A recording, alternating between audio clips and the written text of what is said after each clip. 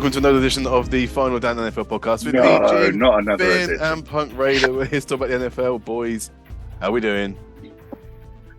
There's like one game left. What we doing? We're running out of time. It's dreadful. Getting close now, aren't we? I know. We did have the championship games. That's why we're here tonight, is to talk about those two championship games. The final word with the final down of each game. Before we talk about those games, though, boys, we're going to talk about some news because there's some hiring that's been going on in the last 24 hours. First one, and obviously the hottest name was D'Amico Ryans, the defensive coordinator for the 49ers. Spoiler alert, he was available to talk to people after Sunday, and he went back home to Houston. He's been in San Fran for 2 years after Robert Saleh moved on to the Jets, but he's gone back where he was drafted with a second pick in 2006, I think it was. 2 Pro Bowls, still got the franchise record for tackles, an outstanding linebacker in his time, and has done wonders with that 49ers defense. So it just made sense that he went home, basically, to Houston. Pretty good hire, guys. What are we thinking? Is he going to be able to move them forwards? I think it's definitely an interesting one.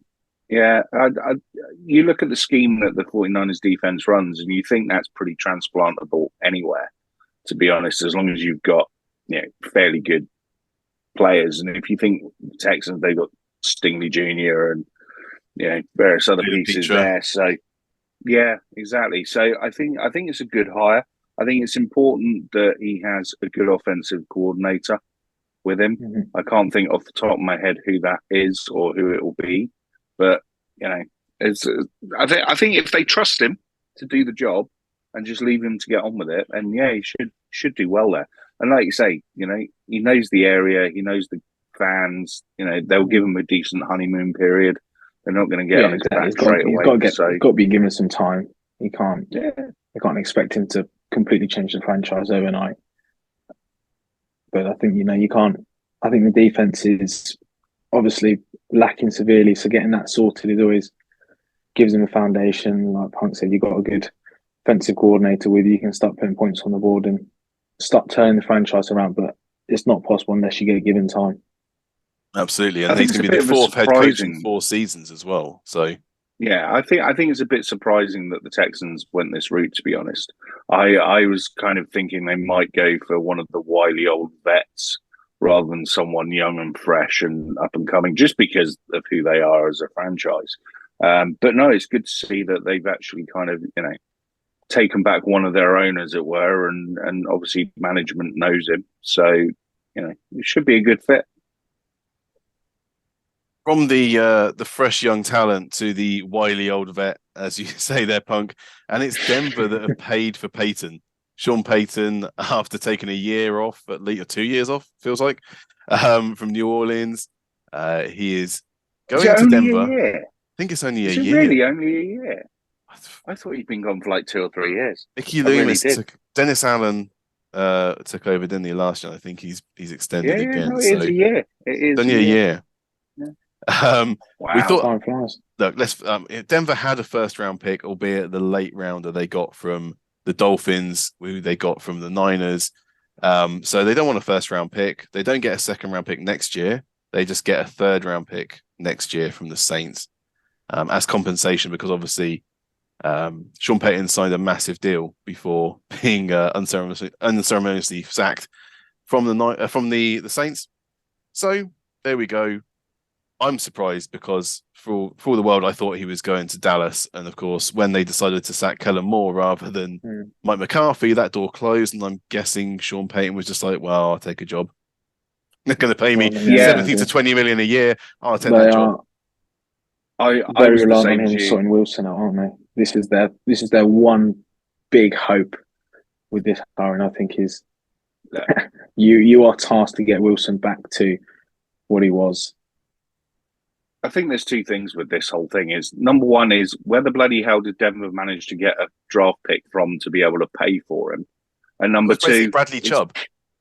Basically. And then secondly, it's very, very obvious that he wanted the Dallas job and didn't get it. So Denver are the poor relative second. So whether, it'll be interesting to see what he does there, whether he can resurrect anything from Russell over the next few years. But yeah, I'm not holding out much hope. It doesn't feel like a good fit to me. No, 5 years, 17 to 20 million is the potential range here that he's going to be getting as a contract. Many zeros. I'm surprised. I honestly thought he would spend a year and then take the Dallas job that's going to be open in a year's time anyway. Yeah. So, I mean, he's always said that he wanted the Dallas job, even early on in his Saints days. He was always eventually he will go to Dallas. So I'm a bit surprised that, he must have got itchy feet or something and just wanted to be back in coaching because, all right, there are probably worse situations to be in than Denver. Not many, let's be honest, but there's probably a couple somewhere. They'll be around the bush here, about it. They've got no draft picks. They've got nothing. No, but they've still got a fairly good defense, haven't they? Let's be honest.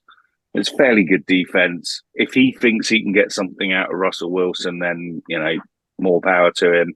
I doubt he will, but we'll see what happens. Still need a lot of reinforcements, don't you? I think he's going to have to be wheeling and dealing. He's going to have to be because there's no way that he's going to be able to coach that team up enough with what they've got on offense currently to be able to do anything next season. So, he's going to have to try and shift a couple of players on, I think, and get some draft capital back. Who those players will be, we'll have to wait and see. But be an interesting one to keep an eye on anyway. That's strange because I think he's actually more of a pull for free agents. You'd be able to go to a wide receiver vet and go, look, I'm Sean Payton. They're not going to have. I want a Super Bowl. They're not going to have the money to do that, are they? What was still Denver as well, isn't it? 28 or something, wasn't it? 228 million. Well, I was going to say the salary cap has gone up for next year by 16.6 million. So so 6 million. So that's probably maybe 2. Maybe 2-3 free agents if you're lucky. It depends on the age of those free agents, doesn't it? DeAndre Hopkins is splashing around looking for a trade. Exactly, but it's all a little bit wait and see at the minute. It's I don't know. I don't see it working, but I've been proven. I'm sure you hope it doesn't. I was it's wrong more hope, isn't it, than anything? We'll have to get the views of Denver Dave on a future podcast when he's back on. But those are the hires of the 24 hours. Oh, and Tom Brady retired again. So let's move on to the championship reviews. I'm not talking about Tom Brady. I'm sorry. He did this last year. Until week 1. We spent 2 minutes on him last year. I'm not doing it again. He's got to play for the Raiders for a year anyway. So I have been telling you lot for weeks that he's not coming to Vegas, and this will be proven out. Well, this doesn't prove anything. Watch this space. He's retiring today. No, but it will be proven out. I'm telling you, he's not coming to Vegas. This was his come and get me plea to Vegas. We've spent too much time talking about him already. We've already spent too much time talking about him. It's a bit of a coincidence that he decided to retire. The salary cap goes up. You've got the money. You've got Devontae Adams, and you've definitely got a gaping hole. Get in your box. Get back in your box and move on. Talk about that on the autopsy of every team at the end of the season. But until then, let's go on to the review of the championship games. We're going to start. The first game on Sunday was the NFC Championship game in Philadelphia as the 14-3 Eagles hosted the 13-4 San Francisco 49ers. It started about as perfectly as the Eagles could have imagined, as that opening drive was a march down the field against the league's best defense, ended with a touchdown run for Miles Sanders. The drive was kept alive on a 4th and 3 when Jalen rolled left and then lofted a perfect throw 29 yards over Jimmy Ward and into the right hand of Devonta Smith. The play wasn't challenged, partly because Jimmy Ward fell on top of Smith to help cover some of the initial replays. On the Niners' opening drive, after a couple of completions, Hassan Reddick came through unblocked to attack Purdy as Purdy was trying to release the ball. The play was ruled a fumble, recovered by the Eagles, and Purdy was injured in his throwing arm on the hit. In comes Josh Johnson. Hooray. The next score would still come from the Niners, though, but it took an otherworldly run from Christian McCaffrey to break several tackles and take it 23 yards to level the game. It seemed to wake up the Eagles as they then mounted a 14-play, 75-yard drive, including going for a 4th down on their own 34-yard line. Miles Sanders getting his 2nd of the game and the 13th of the season.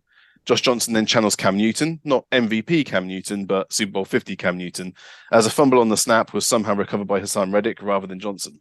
3 plays later, and the Eagles are watching Boston Scott run 10 yards into the end zone, putting them up by 14 at the half. We know why the 49ers are called the 49ers, right? Because they can't cross the 50. And that was true in the second half. Even the return of Brock Purdy couldn't manage to fully rally the Niners offense. Purdy was clearly injured, and as a result, the Eagles defense didn't have to cover any deep threat. An Eagles drive that ended in a punt was extended when the blocker ran into the punter. The Eagles offense stayed on the field, and it ended with Jalen Hurts and his trademark scrum push into the end zone. The Niners then turned it over on downs the next drive before another third down stop for the Niners defense was negated by a dumb penalty by Dre Greenlaw to keep the drive alive. The Eagles got a field goal to stretch the lead. Debo would fumble on the next drive as the Niners were foundering. The Eagles converted a 4th and 2 to ice the game, a convincing scoreline from a team that is loaded on both sides of the ball. The final score was the Niners 7, Eagles 31. Well done. Never in doubt, right? Nice review. Well, it was never in doubt for me, but even with Purdy playing, it was never in doubt. But, you know, as soon as Purdy gets injured, and it sounds like it's going to take him months to recover. It was a complete tear of his UCL. A complete tear of his UCL. He will miss at least 6 months. I think I've heard. That's right. That's right, Finn. Yep. But no, I mean, even those first couple of series, you know, the 49ers defense kept shooting themselves in the foot. Stupid penalties, just bad play, really. And they seem to refuse to adjust as well. It was like, you know, everything the Eagles did, they did 2 or 3 times before the 49ers kind of woke up and went, oh, yeah, we ought to maybe try and stop that. And then it was just poor. The 49ers were poor even before the injury. So it just completely fell apart, didn't they? Like Pine said, all the stupid penalties they were giving away, giving up yardage for fun. Eagles will, any team's going to take that. Thanks very much, especially in a championship game. And then towards the back end of the game, obviously all the frustration sets in, and then they start all the brawls and just complete loss of heads, everything boiled over. And, you know, I'll be brutally honest. I think the only person that comes out of this 49ers team in this game with any credit at all is McCaffrey. He was still doing what McCaffrey does. He was still getting chunk plays. You know, obviously him going in at quarterback didn't work. The numerous flea flicker reverses, sweeps didn't work. But yeah, it was very obvious, very, very obvious from kind of, even though the 49ers had managed to just about hang in there until halfway through the second quarter, as soon as the Eagles went up, that was it. You know, they weren't getting back into it. So yeah, it was kind of disappointing as a championship game, to be honest. But injuries, what can you do? And of course, when Johnson's coming in, who's the most franchised man, I think, in NFL history, 13 teams, 14 teams, I don't know. You have to be Josh to get that many teams under your belt. I mean, there's Josh McCown and there's Josh Johnson, and that's about it, really. That can. It's something about Josh's, isn't it? There's definitely something about Josh's in the NFL. But yeah, it's disappointing from the 49ers' point of view, but you know, called it. We said last week that we called it. The line would be that's what I'm saying. End of the game. We said last week the Eagles' D line would be the real X factor in this game, and if they were getting to Purdy, then it would be all over the 49ers. And you know, within 2 series, they've done that. Yeah. So obviously, it's a shame about the injuries. You don't want to have those, especially in the games, but I've got to say, I absolutely love the fact they fell apart. No saltiness there at all, no? They were outcoached. I mean, you know, the 4th down play, the first of the 4th down plays when Devonta Smith made that catch, you know, it was almost impossible for him to not have some sort of movement on the ground because of how he had to extend, how Jimmy Ward fell on him. And then having the wherewithal to know that there's a code to hurry up, to get to the line, to then make that snap, to get on with it, to get that first down in red zone. And the fact that Kyle Shanahan, as great as he is at scheming plays, he's not good in a game. We've seen this multiple times where he just seems to fall apart under pressure. I didn't quite get this because there was a whole narrative when it happened around, well, why didn't they challenge the play? Well, no, it's not that the 49ers didn't challenge the play. It's that the Eagles moved so quickly to get the next play off, so they couldn't challenge the play. You can throw a flag. You can throw a flag. If you see them set the tempo from that play of what they wanted to do in that game. The fact that it was 4th and 3, was it? And they were going for it. And they moved straight up to the line of scrimmage again. Quickly, just, they were going, right, you're in our house. This is how we're playing. You better bring your A game because we are fully up for this. Yeah, the Eagles are a 4th down team, and they converted all 3 of their 4th downs in this game. Yeah, the Niners, they committed 11 penalties for 81 yards, and 7 of them gave first downs to the Eagles. Yeah, you can't do that. You can't do that. Yeah, the Eagles are laughing. Awful. Apart from that first quarter, and even then they were giving away penalties far too regularly. But Greenlaw lost his head, seemed to completely forget how to play as a linebacker. Travaris Ward just kept losing receivers. It was almost like the game was too big for them. As what needed to happen was, as soon as Purdy got injured, that defense had to take over the game and win the game for them and make it a low-scoring game like we were talking about last week. And they just didn't do it. They never once stepped up and made the stop or made the big play or got the turnover.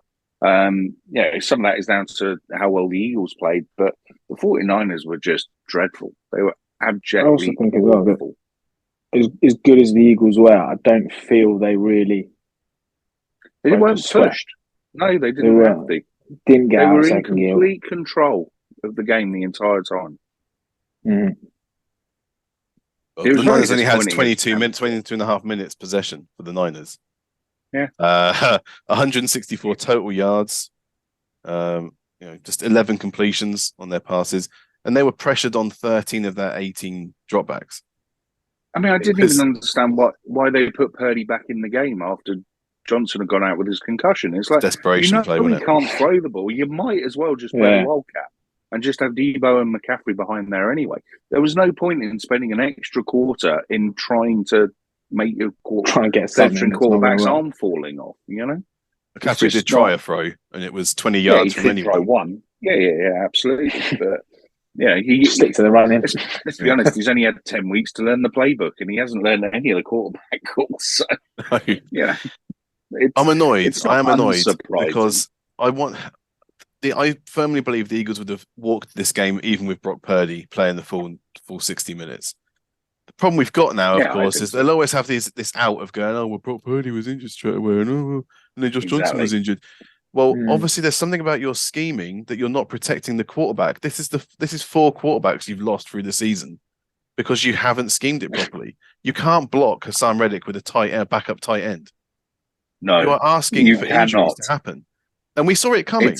It was so early in the game. They were getting through and they were hitting him. And if it wasn't that play, it would have been another play on the next series. They eventually would have hurt him because he's an undersized quarterback. Let's face it, he's not Patrick Mahomes, is he? He's not 250 or something. He's not built. Stocky. They're kind of lucky that it was Reddick that was getting through because he's actually quite small for a outside linebacker. So the 16 sacks on the season. Yeah, but imagine. Yeah, no, absolutely. But he's a speed rusher. He's not Fletcher Cox or someone that's going to come barreling into you and absolutely smash you to kingdom come. So in that regard, they got quite lucky. In the other regard, when you're trying to block a man that's got 16 sacks in a season with a third string tight end, what the hell do you think is going to happen? Yeah. I mean, there were. I think I counted 3 plays where he was completely unblocked. It's absolute insanity. Absolute insanity. You can't do that. You just can't. Yeah, you're lucky you're only out for 6 months, Purdy. That's the news. Yeah, pretty much. Yeah, absolutely. It could have been worse. It could have been a lot worse. There's obviously some naysayers about the performance for the Eagles because they didn't put up massive numbers, but they just seemed to walk into the end zone several times and end up with a very comfortable victory. But they did everything they were supposed to. Massive numbers. Then as soon as they're 3 scores up, the game's done and dusted. They didn't want to show a huge amount of their playbook. Why would they? Let's save it for the Super Bowl. It means we don't have to come up with a whole load of new plays. There's no point in running the score up on a team that can't do anything. I mean, you saw the reaction of Trent Williams towards the end there, where they were getting wound Very up silly. anyway. So if you're really going to try and fight the whole of the city of Philadelphia, then fair play. But you're probably not going to get out of that stadium alive. So no, the Eagles, they had it done and dusted by half time. Pretty much, it was there was no way the 49ers could do anything to come back in that game, and all the excitement of it, all the suspense and the drama, there wasn't any, because the Eagles just very calmly went about their business and did what they needed to do, which was go to the Super Bowl. The only thing I didn't like was that they continued to run Jalen afterwards as well, and he did get hurt on one of those plays. He get banged up. Why are you still running Jalen? Yeah. Fourth quarter, I would have just pulled him out, to be honest. Beginning of the fourth quarter, I'd have sat him down. But when they're lining up Christian McCaffrey under center, then you can bring out Jalen Hurts. Exactly. There's no need for him to still be in there at that point. Last word for you, Finn. But well done to the Eagles. Yeah, no, absolutely. I was just I don't think the Eagles expected as easy of a game that they got. I mean, the fact they, like I said, didn't really break a sweat. They could have played with one arm tied behind their backs and they still probably would have walked it. So fair play to the Eagles. Like I said as well, love the fact that the Niners fell apart. No, it's going to be interesting because they'll still be disrespected going into the Super Bowl because they've just taken out what many people consider to be the best overall team in the league. Certainly, they was talking about the defense, and they just put 31 points on that defense. You can talk about Brock Purdy as much as you like, but they still put 31 points on that defense. So and they stopped playing at half time. So yeah. What do you want? You got to watch out. This isn't going to be an easy game for the second team, Chiefs. Spoiler. But let's move on then to the next game. This is a long one. I'm sure this is actually. Yeah, so settle in, boys, because this one's a bit of a long one on the review. So to Sunday night, and though Joe Burrow might have had, I'm going to go and make a cup of tea. All right. Sake.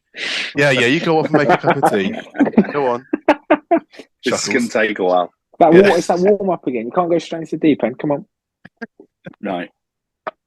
To Sunday night, and though Joe Burrow might have the 3-0 edge over the Chiefs, all those games came down to just 3 points. And that was the difference again, just the other way around, as Patrick Mahomes was able to limp his way around the field and get the Chiefs back to their third Super Bowl in 4 years.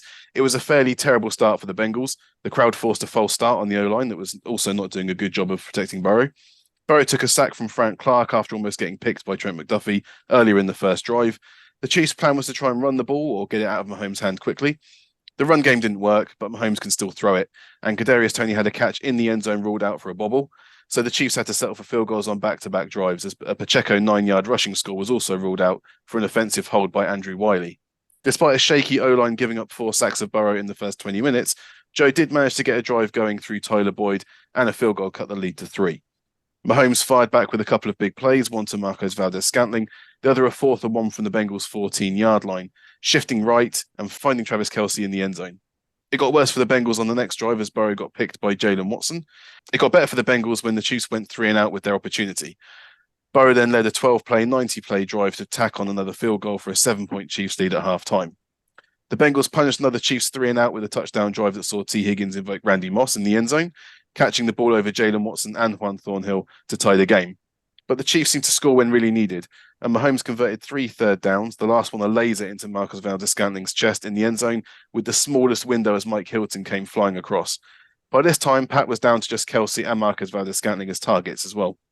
There was a comedy fumble by Mahomes on their next drive. The ball slipped out of his grip and Sam Hubbard was able to fall on it first for a turnover. Since he punished the mistake with the rushing score for Samaje Perine, after Burrow had found Jamar Chase on a massive 4th down conversion to once again tie the score. The Chiefs punted on their next drive. This had the 3rd down that was redone after a referee had tried to stop the play from the secondary prior to the snap. The second attempt ended with Mahomes getting sacked, but Eli Apple then gave a 1st down with a hold. It may have extended the drive, but only by 3 plays as Kansas couldn't get over midfield. Neither could Cincinnati on their attempt. A deep shot to Higgins on 3rd and 3 was tipped by Brian Cook and recovered by Joshua Williams for a turnover. Despite a good-looking 16-yard tackle-breaking run by Isaiah Pacheco, the Chiefs would end up punting again with just 2.5 minutes left. Burrow was called for intentional grounding on 3rd and 7, but picked it up on the next play with a catch by Hayden Hurst for 16 yards. But the following 3rd down, and Chris Jones came through on the outside to get his 2nd sack of the game. Sky Moore had a good punt return, setting up Mahomes running for his life on 3rd down, and Joseph Asai pushing him into the bench on the sideline. 15 penalty yards later, and the Chiefs were wheeling out Harrison Butker to make the 45-yard field goal and getting the Tiger off the Chiefs' back. Final score, Bengals 20, Chiefs 23. Finished. We need to wheel some oxygen in for Jim because I think that's probably you need to see. Yeah, that's out of breath as Sam Hubbard after a 90-yard drive. Yeah. This game was a bit different to the other one.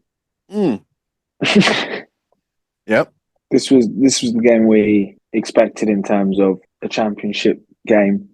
Two very strong sides going at it blow for blow and actually having to come up with plays, unlike the Eagles who could have played with the hand tied behind their back. So this was, in my eyes, obviously the game of the weekend, but this is what championship games are supposed to be, where you keep battling blows. I think Bengals grew into the game. Probably, I know they've got a great record, but like I said, with that false start, they just didn't seem to settle that soon. But they did get going. But all in all, sort of game I was expecting. I think Patrick Mahomes is a cyborg. I think they just replaced his limbs with like robotic components, because last week we were discussing high ankle sprains in general and so on and so forth, and how he was moving that comfortably for pretty much 2.5 quarters of the game is pretty miraculous to me. Now, obviously, he's going to have been juiced up and stitched up and everything else, but it's yes, he's a bit of a monster, that boy. It's quite impressive. Yeah. I actually thought this game was going to go the same way as all the other Bungle Chief games have done recently, in that the Chiefs jump out to an early lead, the Bengals come back and steal it at the end. It was, I won't say it was refreshing because obviously it's the Chiefs, but it was interesting to see that it went the other way around this time. I don't think anyone played particularly badly, which was quite nice. Burrow didn't look quite on it, but I think that was more through the Chiefs' schemes rather than him playing badly. You're right, Finn, when you said that it took them a while to get warmed up, but that seems to be a feature of the Bengals. It does seem to take them a while to be able to get going and get that offense moving. I mean, there are plays galore that you can pull out of this game, to be honest. I did quite a few. I think.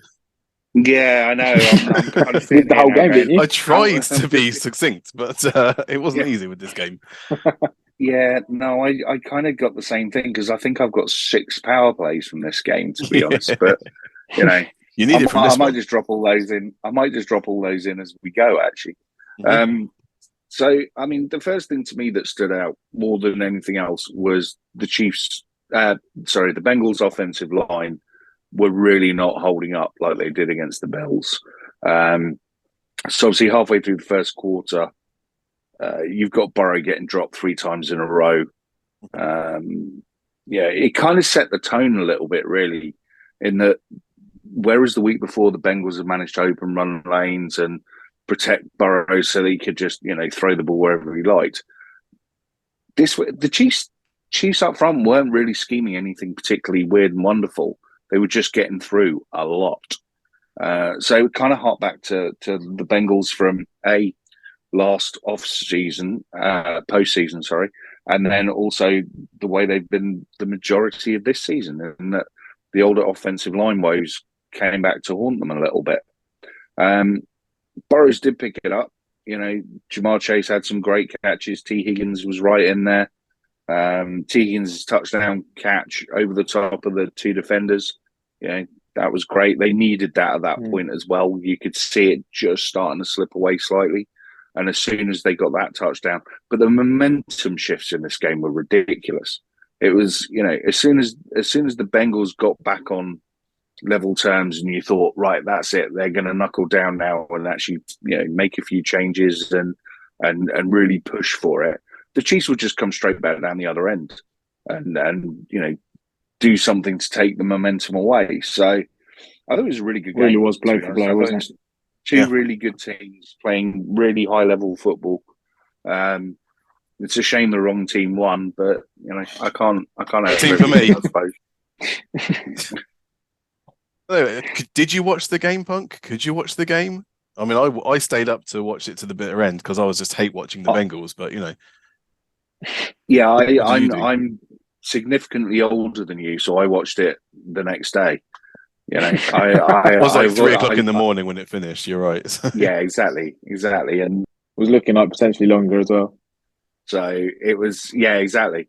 So it was very much a case of phone upside down, don't look at anything, get up at ridiculous clock in the morning. I say ridiculous clock's normal time for me, but and just watch the game before work. So yeah, it was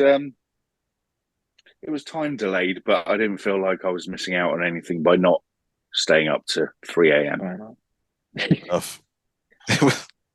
It's even more impressive when you look at you said that Mahomes is a cyborg potentially, but the rest of his team don't seem to be because they were all going down. You had L'Jarius Sneed, their best slot corner. He went down on the 4th play of the game, so they were missing. Yeah, they're good part of it. Mm-hmm. Juju, Sousa, and Kadarius Toney in the second quarter. So that's 2 of his starting wide receivers out.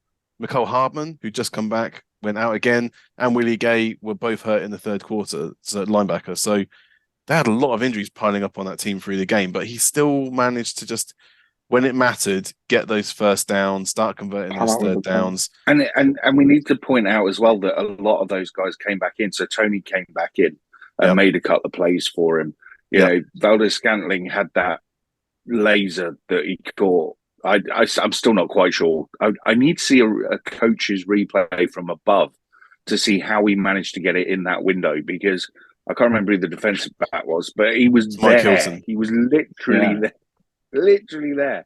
And you can see he definitely put some extra sauce on that one just to be able to get it there. So, it's.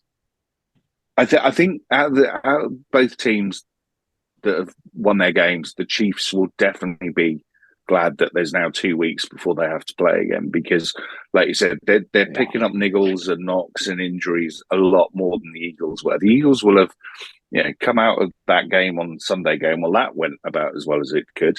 Everyone go and put your feet up for a couple of days and we'll start thinking about it. Whereas the Chiefs will be very much, right, get people in the treatment room, get them working on whatever it is they need to do. We need them healthy by next weekend so that, when the injury reports start coming out, it doesn't look like we're decimated. Yeah. I think the big thing as well with the Chiefs is the fact they've got Mahomes, who is unbelievable at improvisation. He can just change the play, see something different and run with it. And most times it comes off.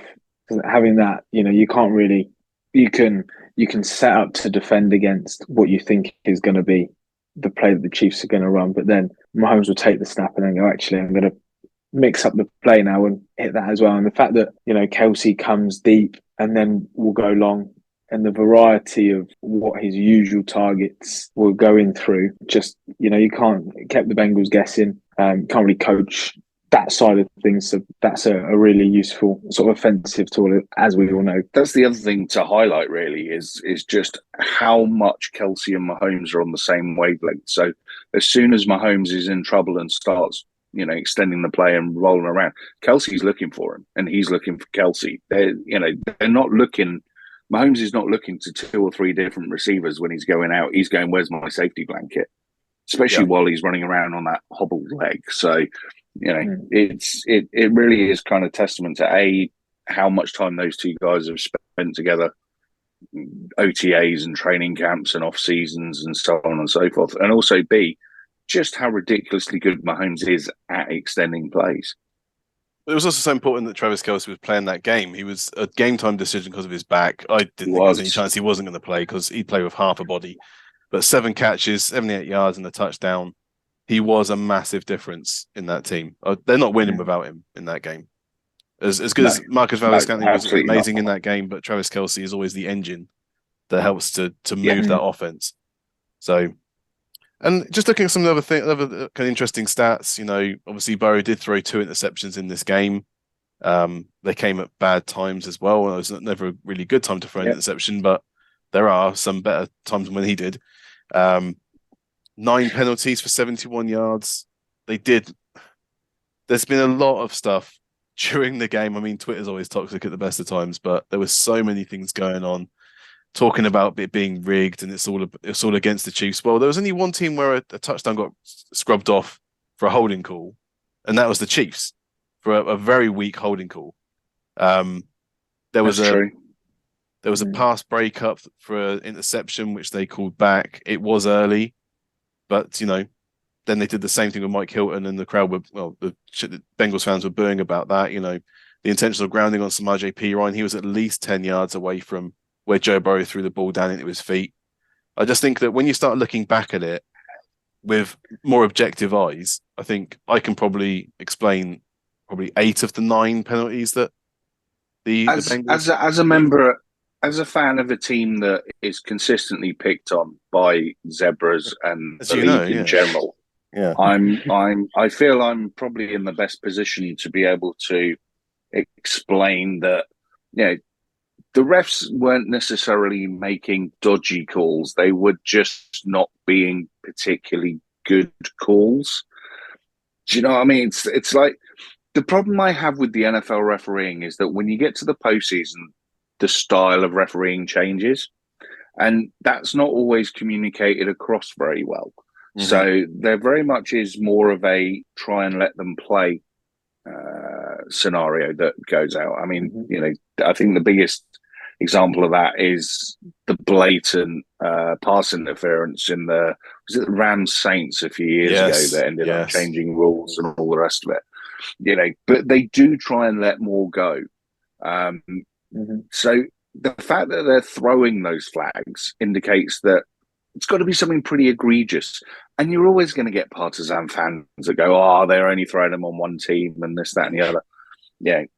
Look, at the end of the day, why referees aren't full-time and decently paid members of the NFL, who knows? But, really, I mean, I know we live in a world now of conspiracy theories and all the rest of it, but for the love of God, are we really saying that the NFL is as bad as the WWE? And, it's all scripted. And what was I reading? Yeah, there was all sorts going on. So, I don't think you can, if you're a Bengals fan, you can really sit there and go, the refs only called stuff, for the Chiefs. They didn't call anything for the Bengals. There were plenty of plays that were dodgy on both sides. I mean, there was the number of times that Jones and Harris were being held, and they don't get called. Max Crosby is probably the biggest bugbear I have, is that he's held on every single play. So it's kind of one of those. You can put your tiny violin away. I'm really not interested. Well, it comes out every time you start talking about Max Crosby. It does. But at the end of the day, you have to play better than the ref's ref. And the Bengals didn't play better than the ref's ref. So, it is what it is. You're right. There were... It's easy to blame. There were 4 penalties for the Chiefs, and one of them was a taunting by Andrew Wiley, who just kind of tippy-toed past the defender. He was almost looked like he was walking on eggshells, Yeah. It was a nuts penalty, that one. It got to the stage where it was so bad, they were moaning about everything so much that they even started saying that the push out of bounds for the final... No, that was he's blatant. got both feet out of bounds. I've never seen anything more blatant as a push out of bounds. I'll give them this. Mahomes did flop and dive and make it more interesting than it really was. Got one leg. But it was literally a bit of a forearm on the back. But, again, you can't do it. And if you're doing it to a quarterback especially, it's going to get flagged every time. So, you can't really complain about it. I would like to say, though... Bengals fans can complain about it, yeah. Well, and I'm sure they will. I'm sure they will. But the one thing I would like to give a bit of credit for to the refs is number 97, who I think was the field judge that threw that flag for the out of bounds hit to put the Chiefs in field goal range. My God, that was a throw. I don't know if you saw the reverse angle, but he was about 15, 20 yards away. And he literally got the flag right literally in the middle of the camera shot. It was absolutely perfect. So everyone knew immediately what was happening. It was a fantastic play from the field judge. I thought it was brilliant. Brilliant. It would have made the power plays if he was a player, but he's not. So he doesn't get to get in the power plays. But I wanted to mention it anyway. So give him a shout out, yeah. Didn't see that. Give him I've got to be honest. I missed out. I don't know who he is. But the field judge it was an excellent throw. Yeah, so those are the two games done, and we now know who is going to be playing in the Super Bowl. The two teams that finished with the number one seed in their respective conferences. Who'd have thunk it? Amazing, that, isn't it? How that happens. What are the chances? Especially this year. Yeah, they've both done extremely well to get there. One have had to go through a lot more adversity than the other, but I think that just makes the Eagles more of a wild card and one that's going to be completely disrespected over next week and a bit until the Super Bowl happens. So, absolutely. Punk, we need some power plays from you, sir. There are some power plays. Much of it we've spoken about already, but we'll go with Devontae Smith's one-handed catch. So starting with Philly versus San Francisco. On that first drive, the adjustment in midair to stretch with his right hand. Everyone will now be shouting, going, but it wasn't a catch. Well, it was a catch because it officially has been labelled a catch, and he got the yards for it. So we'll go with Devontae Smith. Hassan Reddick's strip sack on the 49ers' first drive. It is the one that injured Purdy, but he absolutely destroys Tyler Kraft off the line, made the beeline for Purdy, dislodges the ball, and destroys his elbow in the process, along with the 49ers' hopes. I thought one of the rules of power plays was they couldn't be on an injury. Wasn't that one of your bylaws when we first started one this? Of my rules. If you've made some rules up in your head, it's like Dave keeps telling me rules of power plays, and I'm like, I've never said there's any rules to a power play. It's just what I decide. It's just what I want. No, okay. If you don't want, I know you cry about talking about injuries, but if but I'm not a cruel, black-hearted individual, really. So. I'm You're just highlighting a UCL tear. So carry on. I'm also going to mention McCaffrey's touchdown run. 2nd and 10, 8:34 remaining in the second quarter. The Eagles are still only up 7-0 at this stage. So, the 49ers, if they managed to actually pull themselves together, could have got back in it properly. McCaffrey takes the ball from Johnson, hurdles a defender in the backfield before heading out to the right-hand side of the field, breaks a tackle after a gain of 2 yards, and then takes a shot square in the shoulder just 3 yards later, somehow manages to stay on his feet and then accelerates into the end zone for the tying score. Really good just show of McCaffrey's three main skills, really: speed, strength, and balance. Fantastic run to get the 49ers level. If I was the Eagles, I'd be very worried about the Chiefs doing that to me again in the Super Bowl, except the Chiefs can't run the ball. So they go worry about that. You say that, but there may be a little running back in there that we might hear about in a minute. The Chiefs game was 2.1 yards a rush. That's Trent Richardson numbers. So but that should be all right. That's the game plan. That's not the running back. So, to be honest, that's all I'm going to do in that game. Because after half time, it really did just get one-sided and silly. So I'm not going to go any more on the Eagles game. Chiefs-Bengals. So obviously halfway through the first quarter, KC 3-0 up. Burrow's getting dropped 3 times. I'm giving mass power plays to the Chiefs D-line in general. Mentioned that already. Third quarter, 3rd and 6 from the Chiefs 27. Burrows is well protected and aims the ball towards the front right corner of the end zone, where T. Higgins beats his double coverage to high point the accurate pass and land in the end zone for the tying TD. That's the momentum shift that really made me start thinking the Bengals might actually go and win this. However, just 4 minutes and 15 of the third quarter, we're on a 3rd and 10 from the 19. The Bengals rushed 4, which means everyone should be covered down the field, yeah? Well, problem is Patrick Mahomes steps up and fires a laser bullet right through a tiny window to Valdez-Scantling in the middle of the end zone for the go-ahead touchdown, and that immediately takes that momentum straight back from the Bengals. Yep. So, yeah, momentum shifts will always get a mention. I do want to mention Mahomes' fumble at the end of the third quarter, mainly because it just made me laugh so much. That's not a power play, though. It made me laugh so much, though. The way he just forgot that he had a ball in his hand, and then suddenly it wasn't there. It was just... So you can laugh about it now, can't you? Yeah, but end of the third quarter, of all the times to give the ball back to the Bengals, it was ridiculous. It was like those 3 drives happened almost back to back, and it was nuts.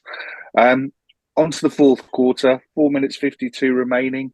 1st and 10, the Chiefs run an unblocked screen to Pacheco, who receives the ball 7 yards behind the line of scrimmage. Yeah, that's not great on a 1st and 10. That means you've got to go 17 yards, yeah? Well, all he does is break 3 tackles and sprint his way for a first down. So, pretty much that's the running back I think the Chiefs need to utilise, to be honest. And I think we'll talk more about Mr. Pacheco next week in our Super Bowl preview shows, or show, depending on how it works out. And then, the very final one, like I said, number 97, the field judge, that throw of the flag was just chef's kiss. It was absolutely superb. I think the man should probably end up with an NFL team. He could probably play quarterback for the 49ers now, to be honest, because they really need him. Flag all the same.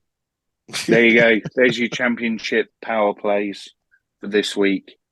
I'm not sure whether we'll do them for the Super Bowl. I might just slip them into the discussion when we do them for the Super Bowl. But into the Chiefs, I guess. But all right. I need a little buzzer alert, don't I? So that when you're doing your review, I can hit the buzzer and we'll go power play, and then we can discuss the power play whilst you're doing your review. Just let Jim work his magic, I reckon. Oh, that'd be nice, wouldn't it? If only they would. If only they would. Well, there we go. That is the final review of the final championship game of the 2022 season. Right. Next pod, we're going to be starting talking about the Super Bowl. We won't talk about the Pro Bowl. Oh, hang on. Pro Bowl. Come on, surely. What did I say? We are not talking. I'm not going back if we're not talking Pro Bowl. Football game. Come on, we have to do a flag football review. If you want to do one, then you're more than welcome. We'll do one. We'll do one. You two next and week. Dave can go and do it. I'll take the week off and just do some grinding on the All-22 and learn some stuff. You go and do some learning and about the Eagles and the Chiefs, and we'll just make it up as we go along. And then we'll do something on the flag football. Come on, it's flag. It's the first one ever. It's going to be hilarious. You really think no one's going to hit each other? Well, we'll see. If someone hits someone, we might report on it. But other than that, we're going to be focusing on the Super Bowl, and then we're going to be focusing on the draft. Which even Derek Carr's managed to get himself an invite now as well, hasn't he? And Tyler Huntley, so it's an absolute joke. How does Tyler Huntley get starting quarterbacks? Tyler Huntley and Derek Carr, amazing. Yeah, no, I don't think so. Don't think so. So, that was everything for this podcast. If you want to help out, then obviously go to thefinaldown.com and check out our stuff on there. Patreon.com/finaldown to check out all of our extra stuff there, including podcasts you won't even hear until after the games have happened. So, if you want to miss episodes, then don't be a Patreon. If you want to be involved and actually listen to podcasts as they're supposed to come out, then definitely the Patreon will have you covered. Also, you can check us out on YouTube and Anchor for Spotify. Loads of other places there. We do lots of polls and stuff on Twitter. So at FireDownNFL, at Punk_Raider, at FStall17, and at Denver Dave 30. He hasn't been on for a while. I have to remember how to say it. But that's everything, I think, guys, isn't it? Have I covered everything? Have we covered everything? I think so. I think people should definitely give their opinions to Dave on Twitter about the hiring of Mr. Payton. We've got so Sean Payton poll is needed. Yeah, I think that's definitely required. A few quiet days now while people nurse some injuries and so on and so forth, and then next week media stuff will all kick off, and you'll get Kelsey versus Kelsey Bowl and all the rest of it. So Yeah. should be fun. Andy Reid going There we back go. to Philadelphia. Yeah. Nick Sirianni Yeah, going Andy back Reid to Kansas revenge City. game. Yeah. Nick Sirianni worked in Kansas The whole City as well. circus. So they're all incestuous, those lot. Of course they are. Boys, it's been a pleasure. Until next week, I've been Jim. That's been Finn. That's been Punk Raider. Thank you very much for listening.